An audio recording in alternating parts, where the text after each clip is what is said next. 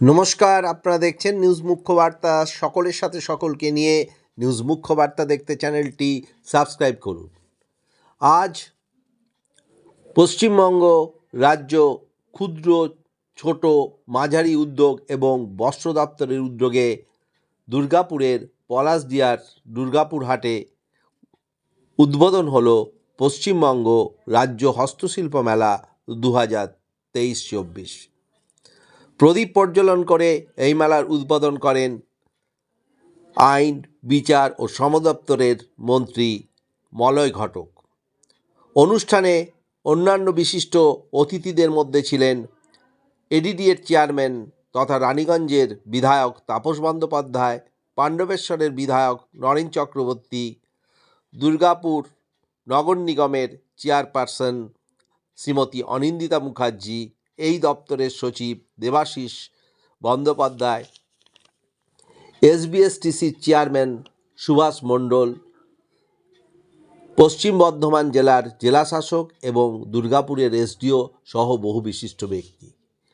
এই মেলা চলবে আগামী 26শে ফেব্রুয়ারি পর্যন্ত। প্রতিদিন মেলা দুপুর 12টা থেকে রাত্রি 8টা পর্যন্ত খোলা থাকবে। এই অনুষ্ঠানে বিশিষ্ট বক্তারা এই অনুষ্ঠান সম্বন্ধে কি জানালেন তা আমরা তুলে ধরলাম। 24 শুভ সূচনা মঙ্গল দ্বীপ প্রজ্বলনের মাধ্যমে।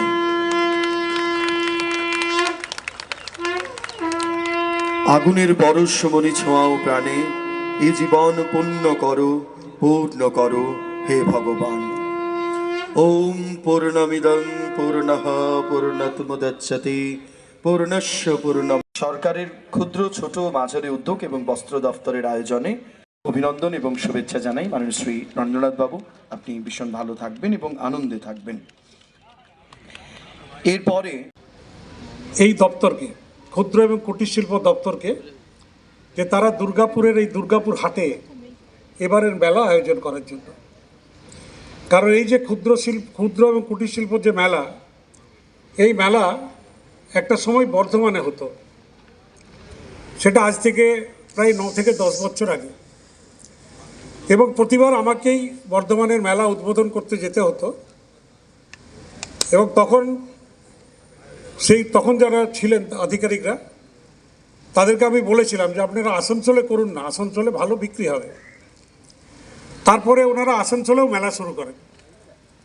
এবং আমি যেটুকু জানি, গতবার এবং গত দুবার আসানসোলে কিন্তু 5 কোটি টাকারও বেশি সেল হয়েছিল। 5 কোটি, 5.5 কোটি, 6 কোটি টাকার বিক্রি হয়েছিল। আমি আশা রাখি যে দুর্গাপুরে তার থেকেও বেশি হবে। কারণ এই যে মেলা মাননীয় মুখ্যমন্ত্রী যে উদ্দেশ্য নিয়ে করছেন, সেটা হচ্ছে আমাদের রাজ্যের যে সমস্ত শিল্পী বিভিন্ন গ্রামে গঞ্জে বিভিন্ন যে কাজকর্ম করেন। একটু আগে সেক্রেটারি সাহেব বলছিলেন, দেবাশিস বাবু, যে আমাদের রাজ্যে নানা রকমের শাড়ি হয়, বালিচুরির থেকে শুরু করে নানা রকম। এগুলো বিপণন করার কোনো জায়গা ছিল না, বিক্রি করার কোনো জায়গা ছিল না। একজন শিল্পী যদি তৈরি করেন, আর তৈরি করার পর সেটা যদি বিক্রি করতে না পারেন, স্বাভাবিকভাবে তৈরি করাটাও বন্ধ হয়ে যাবে বিক্রি না হলে। এই যে বিক্রয়ের যে দরজা, সেই দরজা কিন্তু এই সমস্ত মেলাতে খুলে দিয়েছেন। এবং তার জন্য মাননীয় মুখ্যমন্ত্রীকে আমরা ধন্যবাদ জানাই। আমাদের সুভাষ মণ্ডল এসছেন, এসবিএসটিসির চেয়ারম্যান, তার জন্য আমরা ধন্যবাদ জানাই। এবং এটা এমন একটা মেলাটা ঘুরে দেখবেন যে আমাদের রাজ্যের প্রায় প্রত্যেকটা জেলায় বিখ্যাত হস্তশিল্প সেগুলো কিন্তু এই মেলাতে আসে। এবং এই মেলার থেকে আপনাকে পশ্চিমবঙ্গ ঘুরে কেনার দরকার নেই, এই মেলাতে এলেই কিনতে পারবেন। মেলার এটা একটা উপকারিতা। আমাদের রাজ্যের 2011 যে পরিবর্তন হয়েছিল, মাননীয় মুখ্যমন্ত্রী মমতা বন্দ্যোপাধ্যায়কে দায়িত্ব দেওয়ার পরে তিনি কিন্তু প্রায় সব দপ্তরের থেকেই মেলা শুরু করেন। দেখবেন আগে কৃষি মেলা হতো না, এখন কৃষি মেলা হয়। আগে শ্রমিক মেলা হতো না, এখন শ্রমিক মেলা হয়। এই যে হস্তশিল্প মেলা আগে হতো না, এখন কিন্তু হয়। কারণ মেলা ইতিহাস আমার জানা নেই। মানিগুণী ব্যক্তিত্ব মাননীয় মৌ ম্যাডাম থেকে শুরু করে সকলে, এবং আমার সাংবাদিক ভাইয়েরা তো অবশ্যই, ভাইয়েরা বোনেরা যারা এখানে রয়েছেন, যারা এখানে অতিথি অভ্যাগত এবং যারা আজকে এটা আয়োজন করেছেন যারা, তাদের সকলকে আমার তরফ থেকে অনেক অনেক অভিনন্দন। বসে বসে ভাবছিলাম, খুব অবাক হয়ে ভাবছিলাম যে একজন মানুষের কত কল্পনা শক্তি, কত উদ্ভাবনী শক্তি, কত নতুন নতুন কথা ভাবেন। দাদাকে বলছিলাম যে কত কথা ভাবেন ওই মানুষটা, আমাদের পশ্চিমবঙ্গের মা মমতা বন্দ্যোপাধ্যায় সারাদিন চিন্তা করেন। কখনো ভাবেন অবসরপ্রাপ্ত কোনো শিল্পী, সঙ্গীত শিল্পী, তার কি হবে, তার কিভাবে চলবে, তার জন্য ভাতার ব্যবস্থা করা যায় কি না। কখনো ভাবেন আরে ছোট্ট ছোট্ট ছেলেমেয়েরা, ওদের পায়ে তো জুতো নেই, ওদের তো বই নেই, ওদের ব্যাগ নেই, ওরা কিভাবে ওদের চলবে। আবার কখনো ভাবেন যে এই যে সমস্ত শিল্পী ভাই বোনেরা আমাদের, তারা তো অনেক জিনিসপত্র তৈরি করছে, স্বনির্ভর গোষ্ঠীর সমস্ত বোনেরা জিনিসপত্র তৈরি করছে, শুধু তো তৈরি করলে হবে না, প্রদর্শন করলেও হবে না।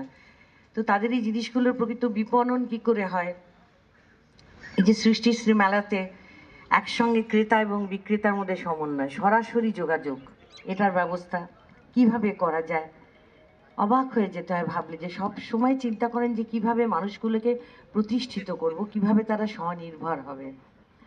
কদিন আগে এখানে একটা ওই মেলা হয়েছিল ট্যুরিজমের, তো সেখানে আমি গেছিলাম পর্যটন মেলাতে, সেখানে দেখলাম অনেক প্যাভিলিয়ন হয়েছে, সেখানে দাঁড়িয়েছিলাম। তো সাংবাদিক ভাইয়েরা আমায় প্রশ্ন করছিলেন যে দিদি আর কোনো স্টেট এলে, কোন কোন স্টেট এলে ভালো হবে, কিভাবে ভিড় হবে। তা আমি বললাম যেমন একটা কথা আছে না যে জানি ভারতে তানি ভূভারতে, তেমনি পশ্চিমবাংলার পর্যটন শিল্পে মানে নস্টালজিয়া বলতে, এটা আমি বাংলা ভাষা খুঁজে পাই না ঠিক, যে নস্টালজিয়া বলতে যা বোঝায় ঠিক তাই। এই যে বাঁকুড়ার টেরাকোটা, আমাদের মেদিনীপুরের কাঁথা স্টিচ, ডোকরা শিল্প, মধুবনী পেন্টিং দিয়ে কাপ দেখছিলাম এখনই। তো এই যেগুলো সত্যি কোথাও পৃথিবীর কি আপনারা পাবেন? ওই বাঁকুড়ার মাটির ঘোড়া মাথা খুঁড়লেও পাওয়া যাবে না। আর ওই রকম ডোকরা, ওই রকম মধুবনী পেন্টিং, ওই রকম কাঁথা স্টিচ, সে এক একটা কাঁথা স্টিচের শাড়ি দেখলে সত্যি মনে হয় যে কত পরিশ্রম করতে হয়, কত চোখে কষ্ট হয়, তবে একটা শিল্পী একটা কাঁথা স্টিচের শাড়ি তাতে পরিপূর্ণ ফুটিয়ে তোলে তারা। বালুচরী, স্বর্ণচরী, রামায়ণ মহাভারত তাতে ফুটিয়ে তুলেছেন, মানে অসাধারণ। আর এইখানে যেটা আমাদের মুখ্য উদ্দেশ্য আর এটা ছিল যে এই জায়গাটাকে জনবহুল করে তোলা, একের পর এক এই ধরনের যদি এখানে মেলার আয়োজন করা যায়, আপনারা সব মানে সুপ্রতিষ্ঠিতও হবেন, বহু মানুষজনও আসবেন, আমরা অসাধারণ সমস্ত জিনিস দেখতেও পারবো, কিনতেও পারবো, তার সঙ্গে সঙ্গে এটা সবসময় জনসমাগমে পরিপূর্ণ হয়ে থাকে। এর জন্য খাদ্য সম্ভার চাই, খাদ্যের সম্ভারও রয়েছে, যেটা মানুষের মেলার মূল আকর্ষণ আর কি। তো যাই হোক, প্রায় সারা পশ্চিমবাংলা থেকে প্রায় 400 জন শিল্পী, 398 জন হস্তশিল্পী এতে অংশগ্রহণ করেছেন, এবং আশা করব যে সকলে মিলে, সকলের মিলিত সহযোগিতায়, এবং আজকে মঙ্গলদ্বীপ প্রজ্বলন করা হয়েছে, রাজ্য সঙ্গীত দিয়ে আমরা শুরু করেছি, মঙ্গল কামনা করে শুরু করেছি, যে যাতে এখানে যারা এসেছেন তাদের মন প্রাণ ভরে যায়, এবং আমাদেরও যাতে মন প্রাণ ভরে যায়। আসুন সবাই মিলে এটাকে সার্থক করে তুলি। সকলে ভালো থাকুন, সুস্থ থাকুন, ধন্যবাদ। আসার সুযোগ করে দেওয়ার জন্য মাননীয় মন্ত্রীর বক্তৃতা আপনারা শুনলেন, আমিও শুনছিলাম। এই দপ্তরটা আগে ছিল বলে আমি জানতাম, আমিও 96 সালে এমএলএ হয়েছিলাম, তো তখন এই বলে দপ্তর আছে বলে আমরা জানতাম না। স্বভাবতই 2011 সালের পর আমরা জানতে পারলাম যে একটা ক্ষুদ্র শিল্প আছে, এখানে প্রচুর মানুষের কর্মসংস্থান করে দেওয়া যায়। আমার মনে আছে বোধহয় 3-4 বছর আগে আসানসোলে এই মেলাটা হয়েছিল, এবং সে মানে এত মানুষ কেনাকাটা করেছিল, এবং তার মধ্যে প্রান্তিক মানুষের হাতে এত পয়সা পৌঁছে গিয়েছিল, সেটাই কিন্তু সব থেকে মেলার বড় কথা। অনেকে বলে মেলা খেলা করে কি হবে, কিন্তু মেলার মাধ্যমে কত মানুষের যে কর্মসংস্থান হয়, রুটি রুজির ব্যবস্থা হয়, সেটা যারা মেলার সঙ্গে যুক্ত মানুষ তারাই একমাত্র বুঝতে পারে। যারা এগুলো করেনি তারা জানতে পারবে না, তারা বুঝতেও পারবে না। যাই হোক, আরেকবার দপ্তরের আধিকারিক মাননীয় মন্ত্রী তাজমুল হোসেন এবং চন্দ্রনাথ সিনহার প্রতি আমি আমার কৃতজ্ঞতা জ্ঞাপন করে আপনাদের সকলকে আমার শুভেচ্ছা।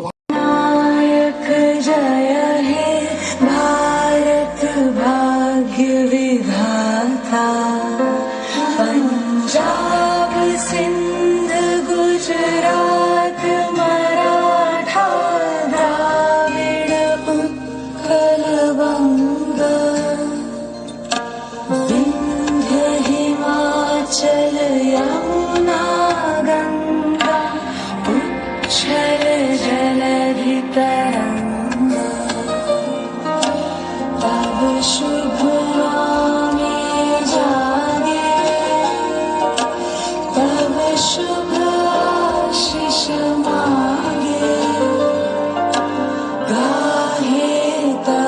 जय गा